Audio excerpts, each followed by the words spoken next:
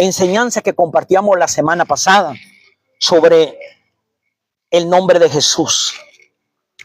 Hablábamos como base en el libro de Mateo, capítulo 18, capítulo 1, versículo 18 al 21, donde dice: así fue como ocurrió el nacimiento de Jesús el Mesías. María, la mamá de Jesús, estaba comprometida para casarse con José. Antes de la boda, descubrió que estaba embarazada por el poder del Espíritu Santo. José, su futuro esposo, era un hombre recto y no quería que ella fuera avergonzada en público. Así que hizo planes en secreto para romper el compromiso del matrimonio. Pero mientras pensaba en esto, un ángel del Señor se le apareció en un sueño y le dijo: José, descendiente de David, no tengas miedo de casarte con María, porque el hijo que ella está esperando es por obra del Espíritu Santo. Ella tendrá un hijo y tú le pondrás por nombre Jesús, porque él salvará a su pueblo de sus pecados. Amén. Denle un aplauso a la palabra. Esta que teníamos, hablamos sobre que Jesús es el nombre sobre todo nombre. Hablamos que solo en este nombre hay salvación. Si pedimos en su nombre, se nos responderá. En su nombre debemos reunirnos. En su nombre predicamos. Y en su nombre predicamos.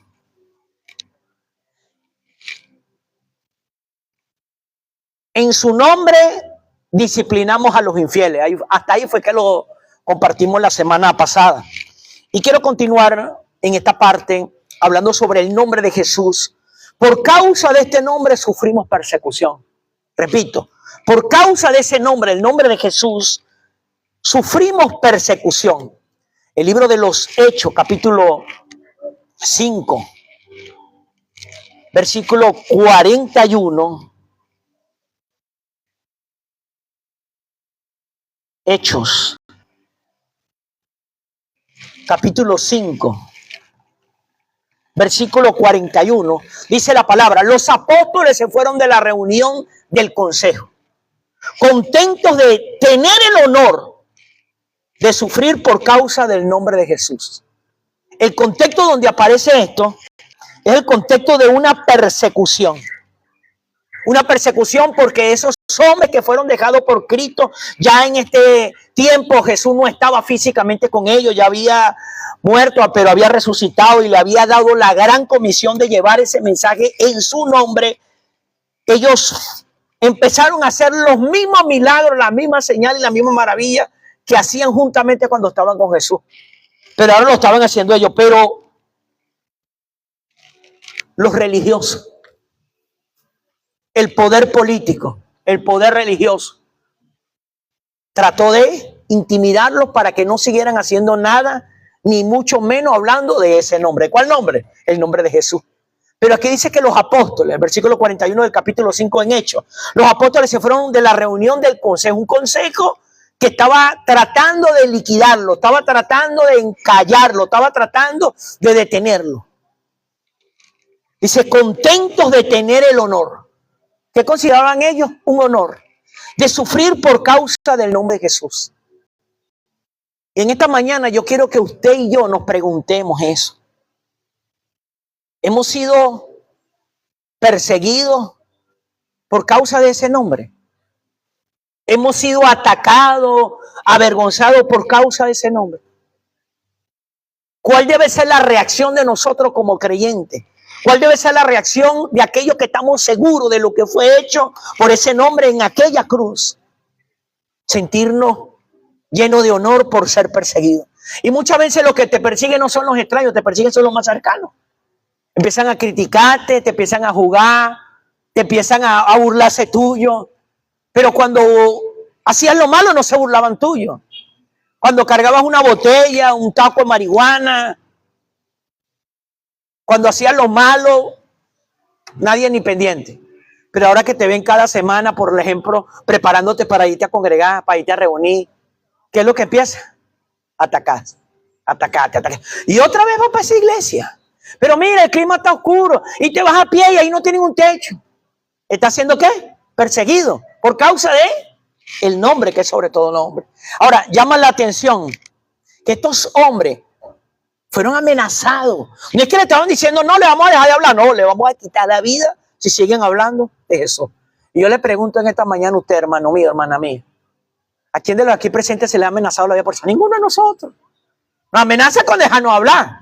Nos amenazan con irse. Pero nunca nos amenazan con quitarnos la vida.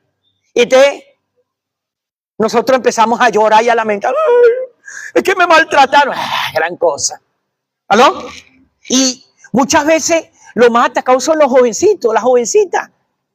Y son atacados por sus mismos compañeros de trabajo, de estudio, por sus mismos primitos, por su mismo entorno que los rodea. Espirituales, tú eres evangélico, tú eres cristiano.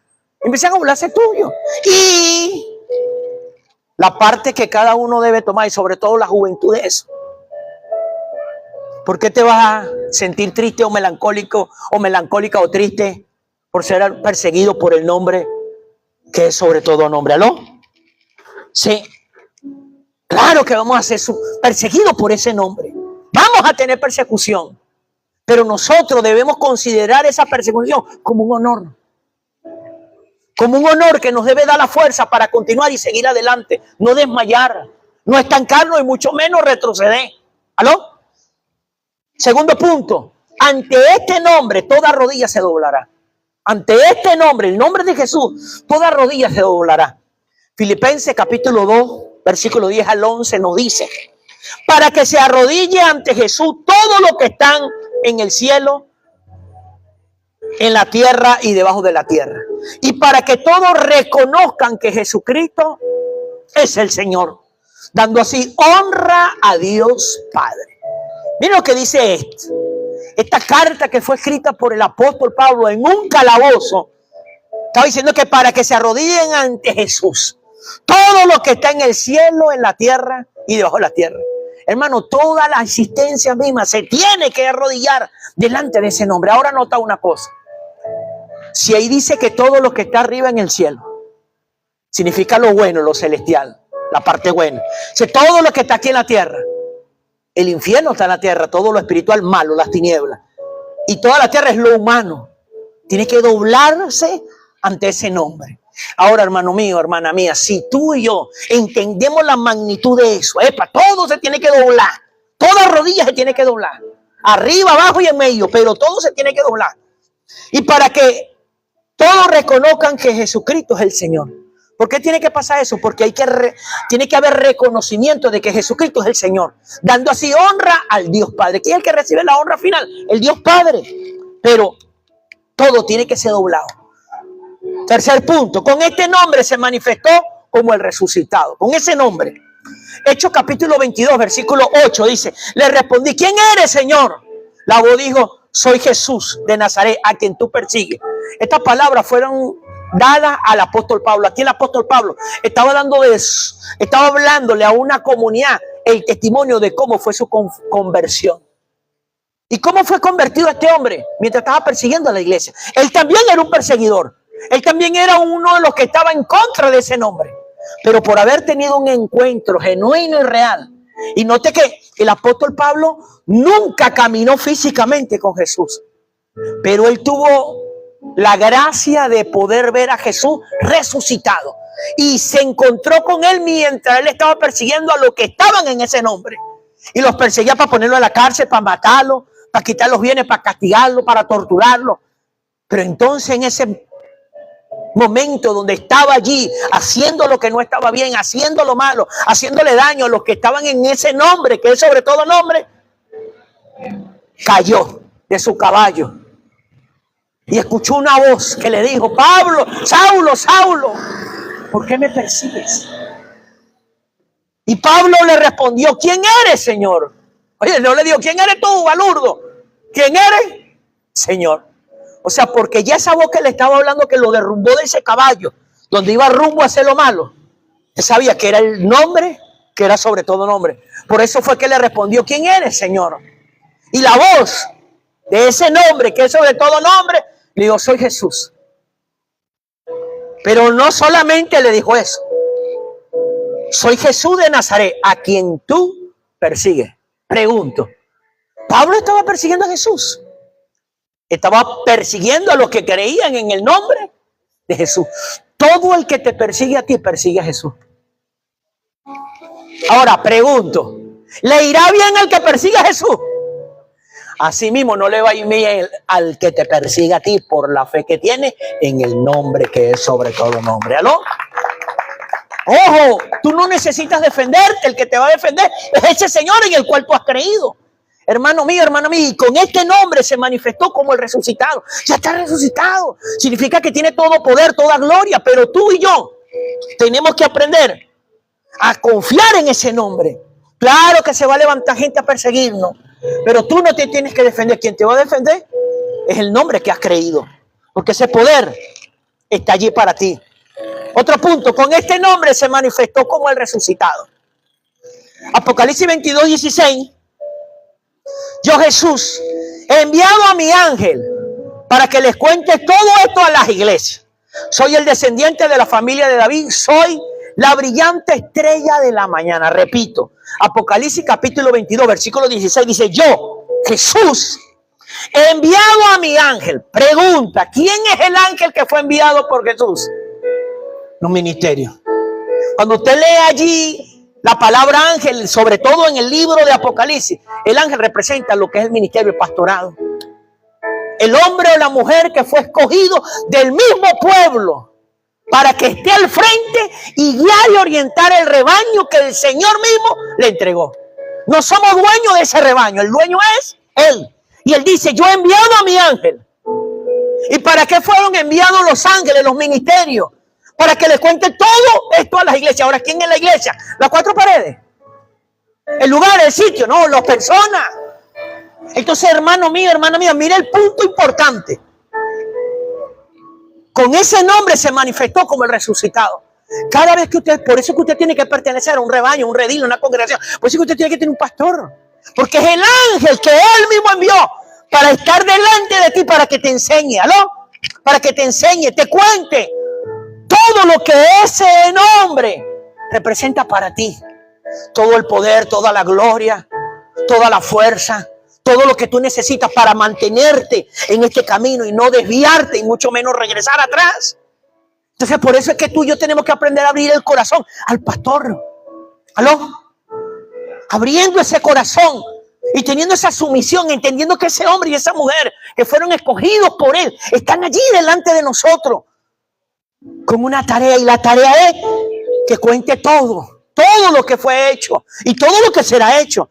Dice: soy el descendiente de la familia de David, soy la brillante estrella de la mañana. Mira el nombre que recibe Jesús: la estrella de la mañana.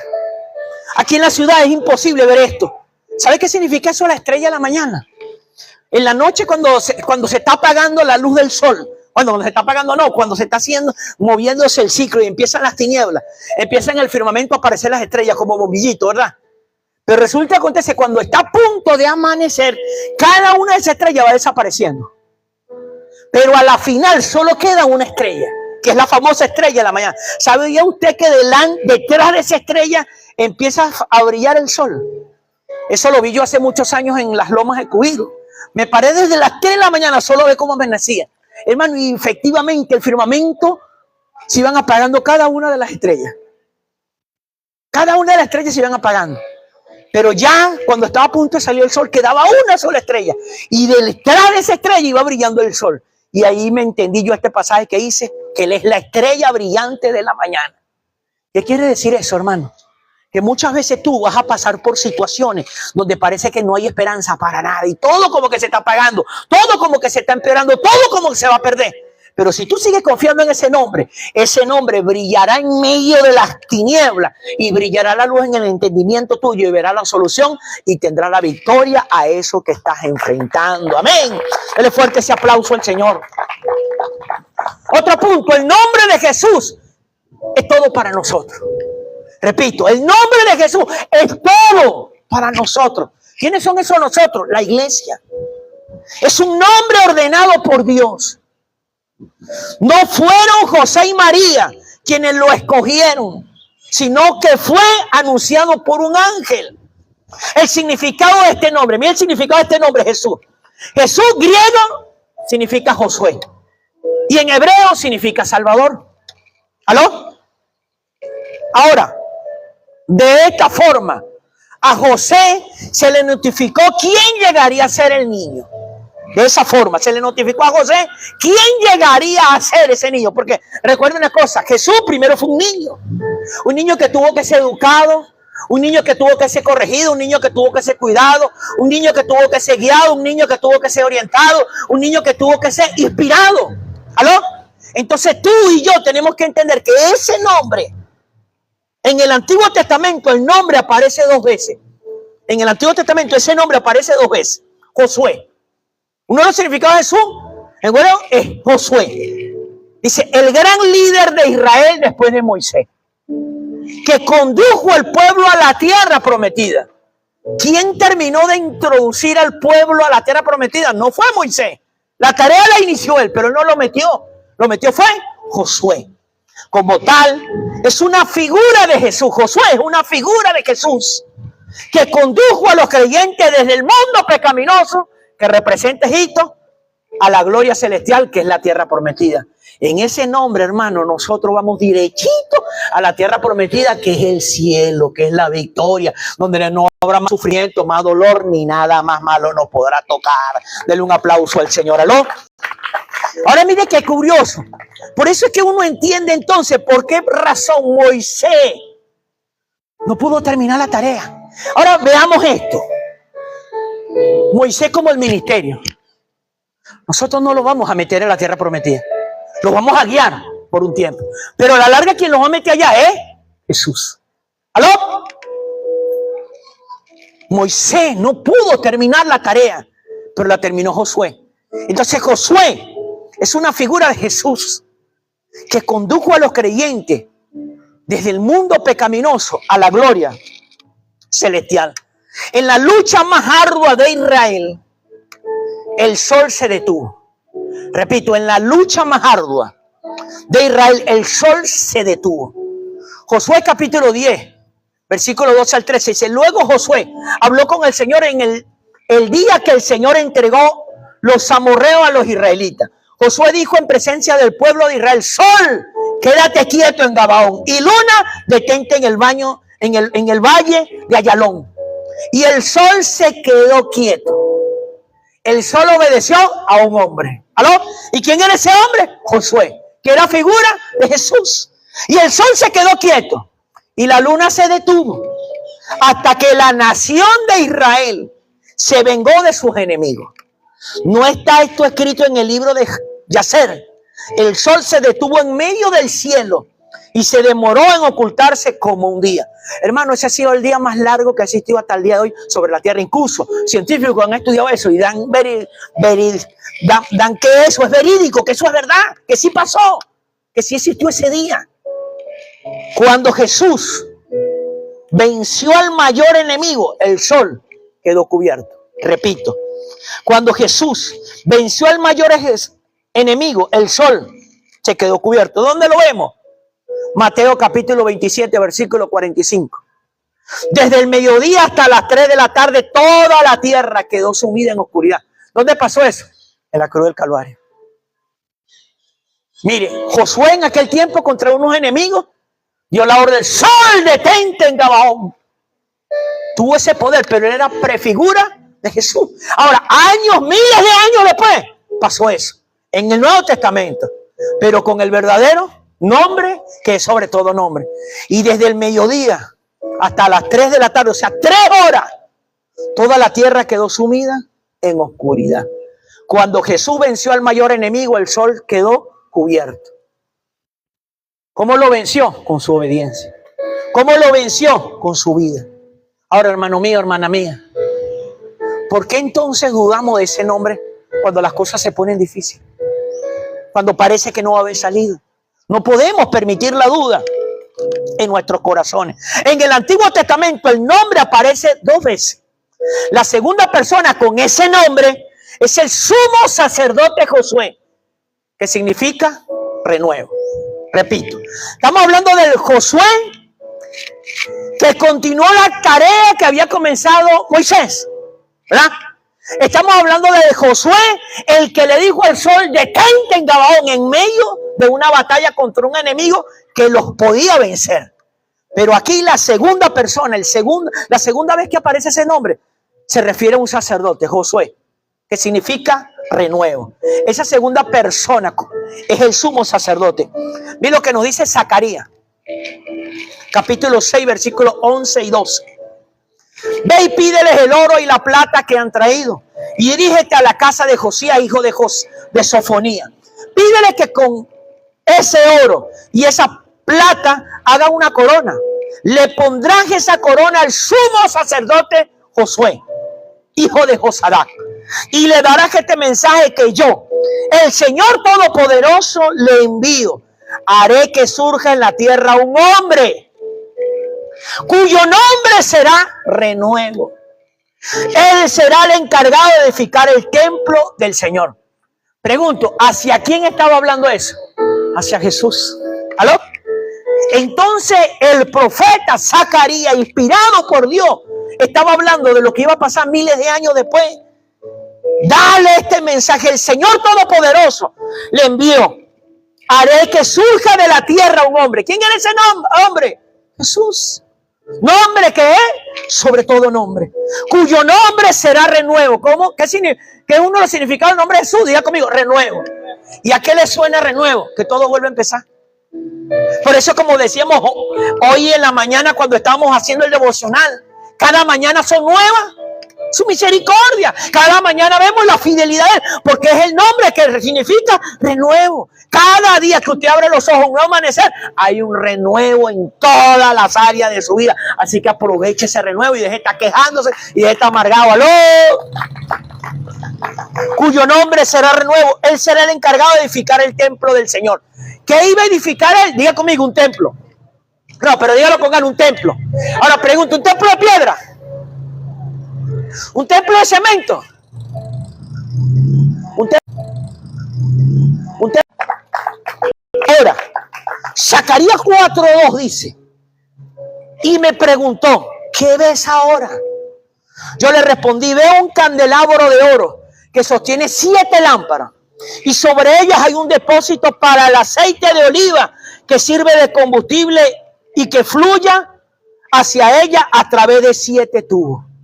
Estaba hablando de algo que iba a pasar sobre ese nombre, Josué, que significaba renuevo.